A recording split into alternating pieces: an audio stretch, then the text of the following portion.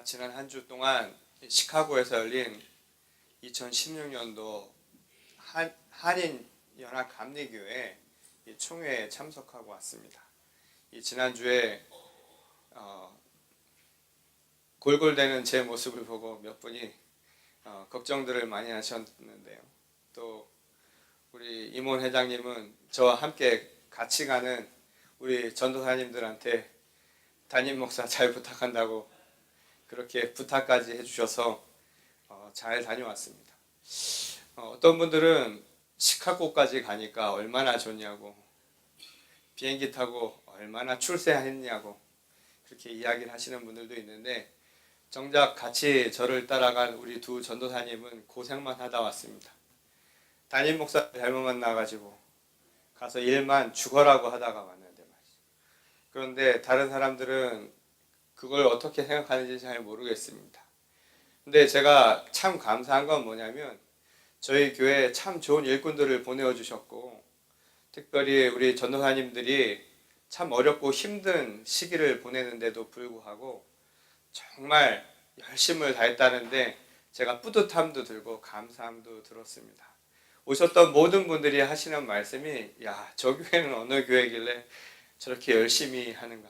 보통은 중간중간에 자기 시간을 갖고 또 조금씩 꾀도 부려서 자리도 비우고 하는데, 저희 교회 이 전도사님들은 자리를 안 비우더라고요. 비워도 괜찮다고 이야기를 했는데도 절대 자리를 비우지 않고 열심을 다했습니다. 그래서 제가 이런 이야기를 드리는 것은 다른 것이 아니라, 놀다 온 게 아니라 열심히 일하고 왔다는 것을 제가 변호하기 위해서 말씀을 드리는 겁니다. 제가 오늘 또 다른 변호를 하려고 하는데요. 오늘 본문 말씀에 나오는 제자들에 대한 변호를 하려고 합니다. 우리가 오늘 읽은 본문 말씀은 이 부활하신 예수께서 이 디베랴 바닷가에서 고기를 낚고 있던 제자들이죠. 그들을 세 번째로 찾아주신 이야기를 우리에게 들려주고 있습니다. 이 부활의 사건 이후에 제자들은 이 원래의 자기 본업으로 마치 돌아간 것처럼 오늘 그렇게 기록하고 있지요.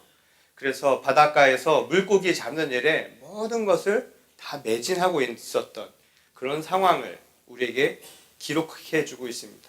근데 오늘 이 본문 말씀, 이 장면만 우리가 듣고 생각해 보면 마치 제자들은 스승의 죽음이죠. 예수님의 십자가 사건 이후에 그들이 원대하게 꿈꾸던 제자로서의 삶, 사도로서의 삶, 곧 세상을 바꾸고 하나님의 나라를 이 땅 가운데 만들겠노라 라고 생각했던 그 모든 것은 다 포기하고 마치 일상의 삶으로 되돌아간 것처럼 우리가 읽을 수 있는 대목입니다. 예수께서 말씀하신 것처럼 하나님 나라의 일에 매진하라고, 하나님 나라의 그 의를 구하라고 이야기했음에도 불구하고 제자들은 그저 먹고 마시고 입는 아주 일상적인 소소한 세속적인 일에 모든 것을 바치고 있었던 것은 아닌가라는 인상을 주기에 아주 충분한 말씀이라는 것이죠. 실제로 이를 증명이라도 해주듯이 오늘 제자들은 예수님이 찾아오셨음에도 불구하고 그가 누구였는지 알아보지 못했다. 그렇게 기록되어 있습니다. 그만큼 고기를 잡느라고 거기에 빠져서 정신이 없었다고 우리가 생각할 수 있다는 것이죠. 그만큼 모든 것을 다 잃어버리고 마치 이들은 자신이 제자로서의 삶을 살았는가 하는 것을 의심할 정도로 모든 것을 다 포기한 상태로 살아가고 있는 것처럼 보여지는 대목이라는 것이죠. 어떤 의미에서 본다면 이 생존이라고 하는 이 문제 앞에서 이상적인 꿈을 꾸고 가치를 갖는다라는 것은 참 배가 부른 자의 고뇌처럼 느껴질 수도 있는 상황이지요. 실제로 가족을 부양해 본 사람들이라면, 가장의 입장이라고 생각을 해본다면 이 대목을, 제자들의 이러한 삶을 이해 못할 바도 분명히 아닙니다. 실제로 더 중요한 문제로 생각하는 경우들이 많죠. 우리가 세상을 살아가면서 생존의 문제로 한 번이라도 어려움을 겪어본 사람이라면 함부로 돌을 던지기 어려울 겁니다. 얼마나 어려운 겁니까? 우리가 세상을 살아가면서 먹고 마시고 입는 그 문제가 정말 어려운 삶의 질문으로 다가온 것을 경험해 본 사람이라면 오늘 이 제자들의 이러한 모습들을 쉽게 비판하거나 손가락질하기가 쉽지 않을 것이다, 이 말인 겁니다. 오히려 어떤 사람들은 그깟 신앙이 밥 먹여주냐라고 핀잔을 늘어놓을 수도 있다는 거예요. 때문에 한때는 예수의 제자가 되어서 세상을 바꿔보겠다, 이런 당찬 꿈을 쫓던 사람들이 이 스승의 죽음 이후에 낙향해서 소소한 일상의 삶으로 돌아간 것에 대해서 단순한 비판이나 또는 실망의 눈초리를 보내는 것은 우리를 사실 불편하게 만드는 내용이라고 말할 수 있다는 겁니다. 물론 여전히 예수의 이 비전과 이 상향을 따르고자 하는 사람들에게 이 제자들의 모습은 마치 변절자가 아니냐라는 생각을 갖게 만들 수도 있습니다. 스승이 돌아가신 지 얼마나 되었다고 모든 것 다 포기하고 고향으로 돌아가서 물고기나 잡고 있느냐, 참 곱지 않게 보일 수도 있는 대목이라는 것이죠. 사람 참 신의도 없다, 사람 참 의리도 없다 라고 비아냥거릴 수도 들을 수도 있는 대목입니다. 마치 우리도 신앙을 갖고 살아가면서 예수 믿고 변화가 되어서 모든 것 다 해서 예수만 믿고 살아가겠노라고 입만 열면 거룩을 이야기하고 주여 주여 외치다 보면서도 어느 순간에 보면 먹고 사는 문제에 빠져서요, 언제 내가 예수 믿었는가 싶을 정도로 완전히 변화된 사람들을 우리가 곱지 않은 시선으로 바라보는 것과 똑같은 상황이 벌어지고 있었다는 것이죠. 실제로 많은 사람들이 이런 생각들을 갖고 있는 게 사실 아닙니까? 오늘 본문 말씀에 등장하는 제자들도 그런 의미에서 많은 사람들이 똑같은 시선으로 이해하고 해석하려는 것이 아주 일반적인 모습이었다는 겁니다. 정말 우리가 생각하듯 이 제자들이 그런 상황에 빠져 있다면요, 참 제자들도 참 대책 없는 사람들 아닙니까? 오늘 본문 말씀에서도 나오듯이 예수님이 이 제자들을 찾아주신 게 이게 한두 번이 아니라 세 번째 이야기라는 겁니다. 무슨 말이냐면 이미 예수님은 부활하신 이후에도 그들을 두 번이나 찾아주셨다, 이 말인 거죠. 그럼에도 불구하고 이들은 그가 누구인지도 알아보지도 못할 뿐만 아니라 그들에게 주어진 소명을 완전히 잃어버리고 자포자기하고 모든 걸 포기한 사람처럼 살아가고 있었다는 겁니다. 그런데 우리가 처음에 이야기한 대로 이것은 어떤 의미에서 제자들을 향한 우리의 오해일 수도 있다는 생각을 해보게 된다는 겁니다. 단순하게 생각을 해보면 이들이 모든 걸 포기하고 신실함이 완전히 형편없어 보이는 이런 상태에 빠져 있는 것, 그래서 변절한 것이 아닌가라고 하는 형태로만 이 이야기를 이해하기에는 뭔가 석연치 않은 구석들이 여러 군데서 발견될 수 있다는 겁니다. 물론 오늘 이러한 일반적인 시선으로 오늘 본 말씀을 읽는다 해도 큰 문제는 없지요. 사실 우리가 너무나 잘 아는 탕자의 이야기처럼 집 나간 자식을 여전히 사랑의 마음으로 기다리고 안아주시는 아버지의 마음처럼 오늘 예수 그리스도의 말씀을 따르던 자들이 마치 변절자들처럼 모든 것을 포기하고 고향으로 돌아가서 모든 것 다 잃어버리고 살아가고 있음에도 불구하고 그들을 따뜻한 마음으로 찾아주시고 넓은 아량으로 품어주셔서 궁극에는 그들이 그것으로 말미암아 완전히 변화되고 지적으로 변화되어서 나중에는 예수 그리스도의 복음을 전하는 사도로서의 삶을 살아간다, 이렇게 이야기를 해도 크게 문제가 되는 법은 아니라고 생각할 수 있다는 것. 하지만 우리가 생각해 보면 이 말씀의 이면에는 또 다른 메시지가 숨어져 있을 것이다 라는 생각을 해볼 수 있는 여러 가지 단서들이 있다는 것이죠.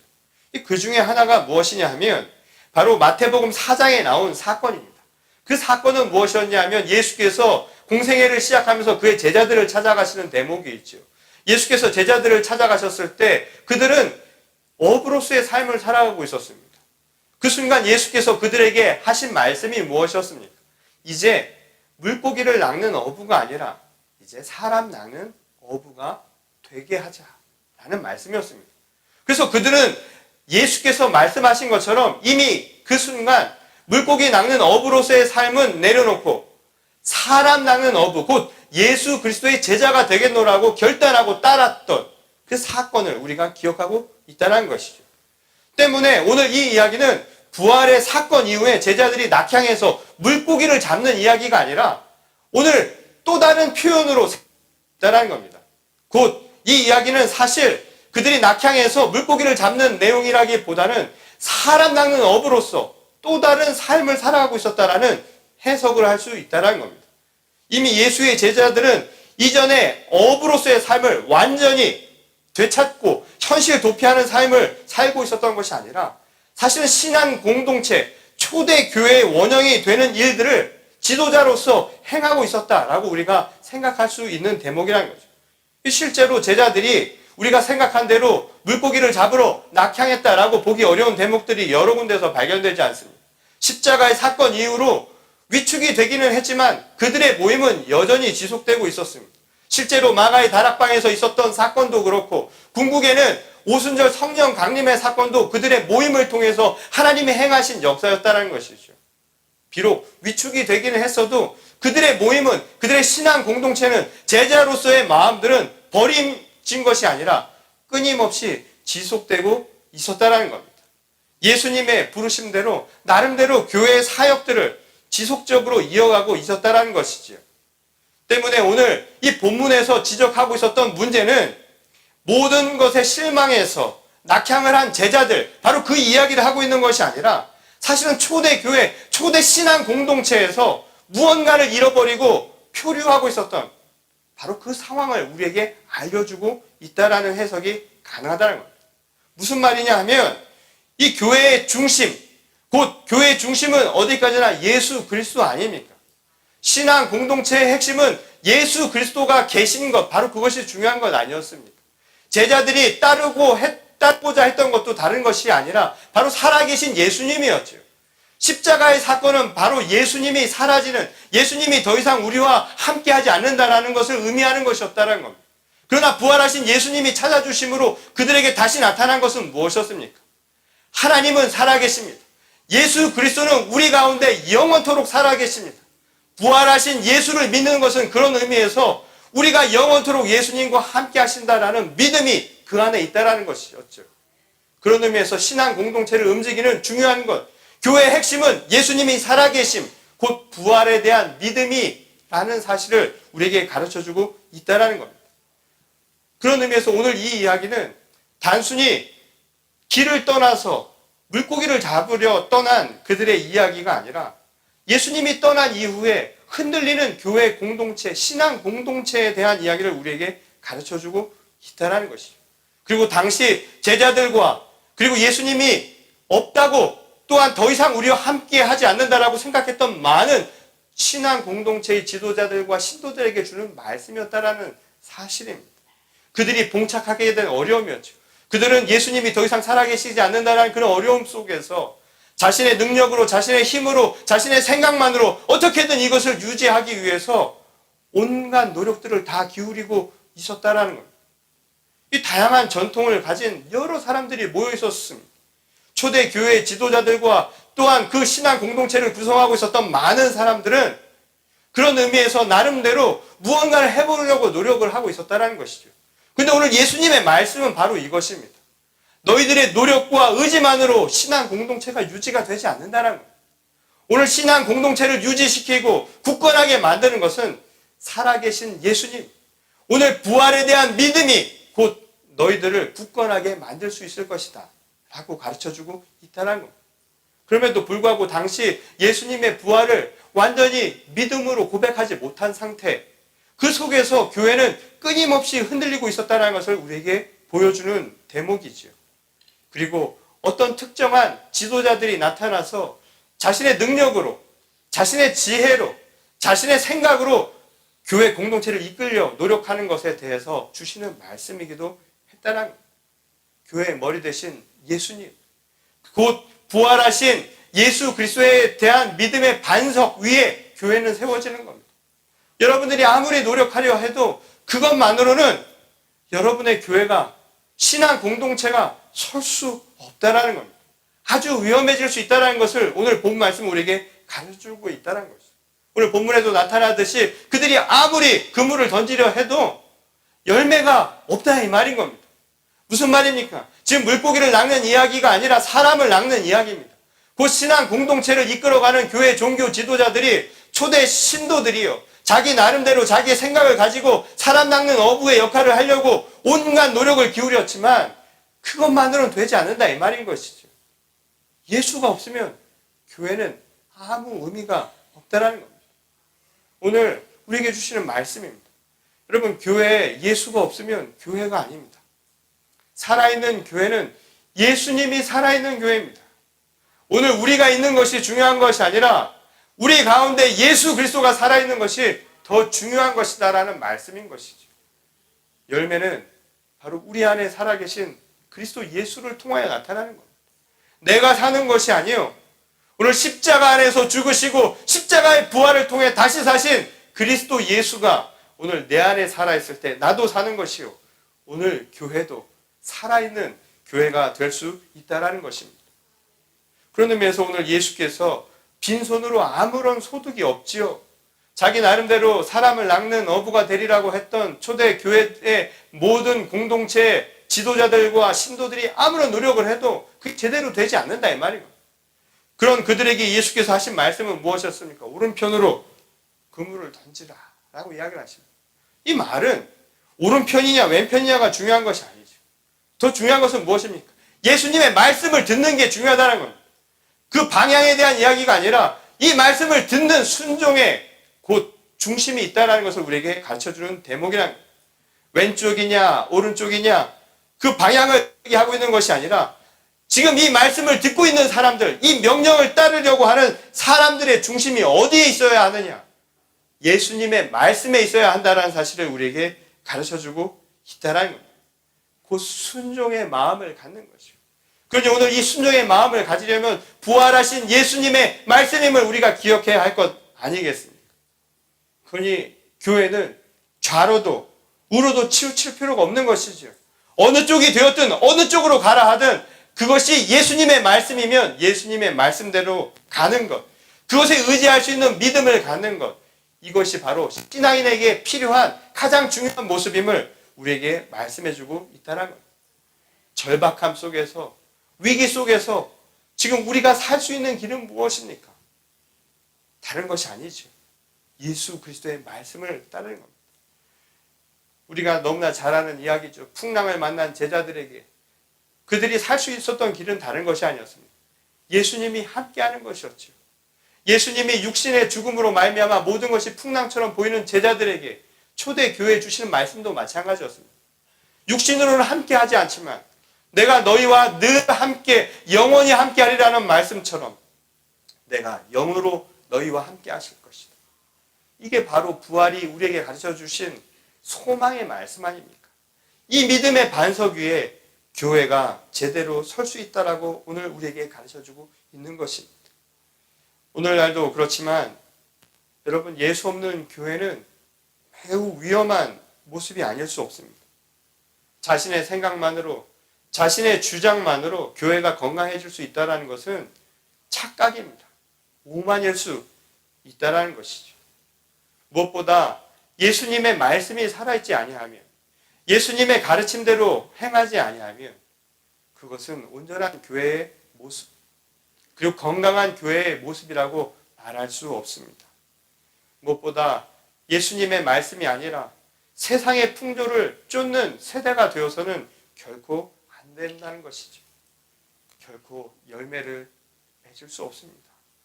물고기야 우리 마음대로 낚으면 그만이지만 사람을 낚는 일은 결코 우리의 뜻대로 가능하지 않다라는 것이죠. 예수께서도 말씀하신 것처럼 열매 맺지 못하는 가지의 운명이 어떻게 될지는 불을 보듯 뻔한 것 아닙니까? 꺾어서 태워질 뿐입니다. 결국 주님의 말씀에 온전히 순종할 때 여러분, 열매 맺는 신앙의 삶도 살아갈 수 있습니다. 교회가 설 수 있는 것도 교회의 머리 대신 예수님이 우리 안에 살아계시고 그를 향한 우리의 믿음이 굳건히 바로 설 때 비로소 교회도 세워질 수 있는 겁니다.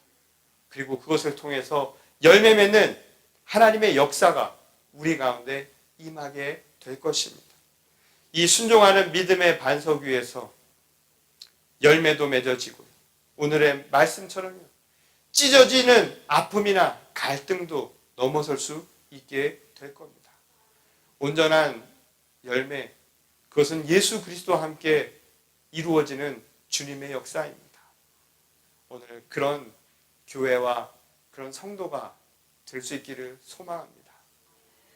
오늘 말씀드린 것처럼 지난 한 주간 시카고에서 열린 2016년도 연합감리교회 한인 총회를 참석했습니다. 제가 지난 2년 동안 임원으로 섬겼는데요. 이번 총회의 주제가 Bridge Building to the Promised Land Together 라는 표였습니다. 우리말로 바꾸면 약속의 땅을 향해 다리를 놓는 사람들이라는 말이었죠. 이 총회를 통해서 한인 이민교회, 특별히 연합감리교회에 속한 만인교회에 대한 우려와 또한 앞으로의 미래에 대한 걱정, 비전을 함께 나눴습니다. 이번 총회는 특별히 한인교회를 담임하는 한인교역자들만 모인 것이 아니라 타인종, 곧 미국 교회와 다른 영어 목회를 하는 목사님들, 또 여성 목회자들, 그리고 특별히 차세대, 2세, 3세를 목회하시는 이민 목회자들 모두가 참여하는 아주 귀한 자리였습니다. 우리가 함께 모여서 이제 앞으로 우리가 닥치게 될 교회의 미래에 대한 이야기를 나누었는데요. 여러분들도 잘 아시다시피 이 한인 교회의 앞으로의 미래는 숫자만 본다면 매우 어려운 상황을 생각해 볼 수 있습니다. 아시겠지만 이제 이민자의 수는 급감했습니다.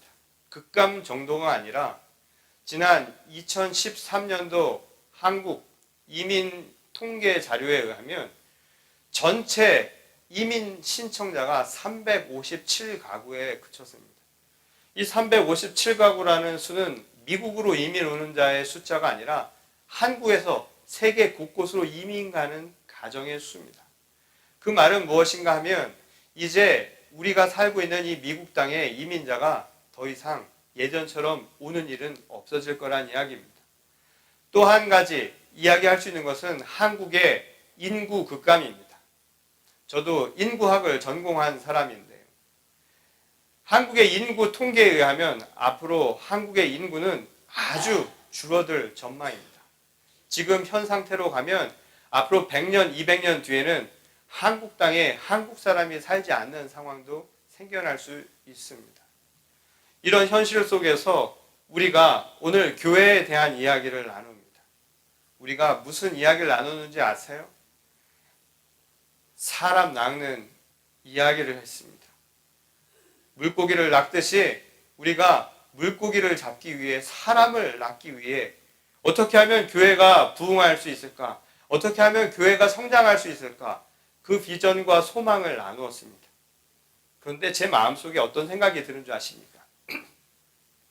저희가 아무리 잘나고 저희가 아무리 발버둥 치려 해도 예수가 살아있지 않으면 아무 소용이 없습니다. 우리의 능력만으로는 우리가 행할 수 없는 일입니다. 오히려 우리가 행할 수 있는 길은 다른 것이 아니죠. 예수를 믿는 그 믿음으로 우리에게 맡겨진 사명을 그저 묵묵히 감당해내는 일뿐입니다. 그래서 노래 가사에도 있지요. 팝송의 제목도 있습니다. 험한 세상의 다리가 되자. 오늘 우리들이 할 수 있는 일은 약속의 땅 하나님 나라의 그 일을 위해서 각자 주어진 길에서 다리가 되는 겁니다. 다리를 놓는 것이지요. 그리고 그것을 통해서 하나님의 나라가 임할 수 있도록 각자 맡은 자리에서의 최선을 다하는 일밖에는 없다는 겁니다.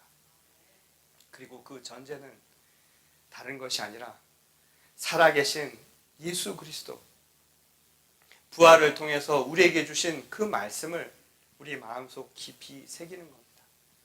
주님은 살아계십니다. 교회가 사는 것도 우리의 능력으로 사는 것이 아니에요. 주님의 능력으로 살게 될 줄 믿습니다. 많은 교회가 찢기고 갈등 속에서 살아갑니다. 제가 이번에 총회에 가서 여러 목사님들의 이야기를 듣다 보니까 갈등으로 분열된 교회들의 아픈 소식들을 여기저기서 들을 수 있었습니다. 그물이 찢기는 이유를 아십니까? 사람의 힘으로만 했기 때문입니다. 좌로나 우로나 치우치는 이유도 마찬가지입니다. 오늘 우리에게 주시는 말씀입니다. 교회는 예수님이 주인입니다. 예수가 머리가 될 때 우리 가운데 그물이 찢기지 아니하고 수많은 하나님의 자녀들을 섬기고 또한 부흥과 소망을, 그래서 풍성한 열매를 맺을 수 있는 주님의 건강한 교회가 될 줄 믿습니다. 저희는 우리 교회가 그렇게 될 줄 믿습니다. 오늘 본 말씀에 보면 물고기를 다 세어보니 153마리라고. 어떤 분들이 그러세요. 왜 153마리냐고. 전들 압니까? 그렇게 세보니까 153마리라는 걸 제가 그걸 어떻게 합니까? 그 153마리는 완전수입니다. 완전한 수를 다 더하면 153마리가 된다는 신학자들의 이야기가 있죠. 몇 년 전에 이 이야기를 하면서 저희 교회가 하나님의 은혜 가운데 있으면 교회가 부흥회에서 153명이 될 거라고 했던 기억이 있습니다. 그런데 아시죠? 우리 교회가 이미 153명을 넘어선 지 오래가 되었습니다. 그러면 우리 교회가 멈춘 걸까요? 아닙니다. 예수님이 살아계시면, 우리 가운데 그리스도 예수가 함께 하시면 찢어지지 않는 그물로 더 큰 열매를 맺게 하실 줄 믿습니다. 하나님이 우리와 함께 하시며 또한 우리의 입술로 고백할 때 우리에게 큰 은혜를 주실 줄 믿습니다. 우리 다 같이 기도하시겠습니다. 주님, 감사합니다. 우리는 주님의 자녀였음을 고백합니다. 주님은 우리 가운데 살아계신 하나님이심을 고백합니다. 예수님은 부활하셔서 우리 가운데 지금도 날마다 역사하신다는 믿음으로 오늘 살아가게 하여 주시옵소서. 교회가 사는 것도 하나님의 뜻이요, 오늘 우리가 살아가는 것도 하나님의 능력임을 고백하게 하여 주시옵소서. 오늘 이 시간 예수와 함께 살고 예수와 함께 죽기로 결단케 하여 주시옵소서. 예수 없는 교회가 아니라 예수님만 살아계신 교회가 되게 하여 주시옵소서. 나는 죽고 그리스도 예수 안에 살아 오늘 우리의 삶이 주님 앞에 온전히 쓰임받는 거룩한 성도의 삶이 되게 하여 주시옵소서. 오늘 이 시간 우리의 마음으로 고백하는 거룩한 성도들, 그 영혼들 마음마다 하나님의 넘치는 은혜로 채우시고, 특별히 우리 열린 교회, 하나님의 귀한 교회가 믿음의 반석 위에 온전히 바로 서서 예수님이 부어주시는 그 은혜를 통하여 더 풍성한 은혜와 열매를 함께 체험하고 함께 맺어가는 건강한 교회가 되게 하여 주시옵소서. 오늘 이 시간 믿음의 반석 위에 서기로 결심하고 결단하는 주의 거룩한 성도들 한 명 한 명 그 영혼들마다 하늘의 은총으로 채우실 줄 믿사오며 거룩하신 예수님의 이름으로 기도드렸습니다. 아멘.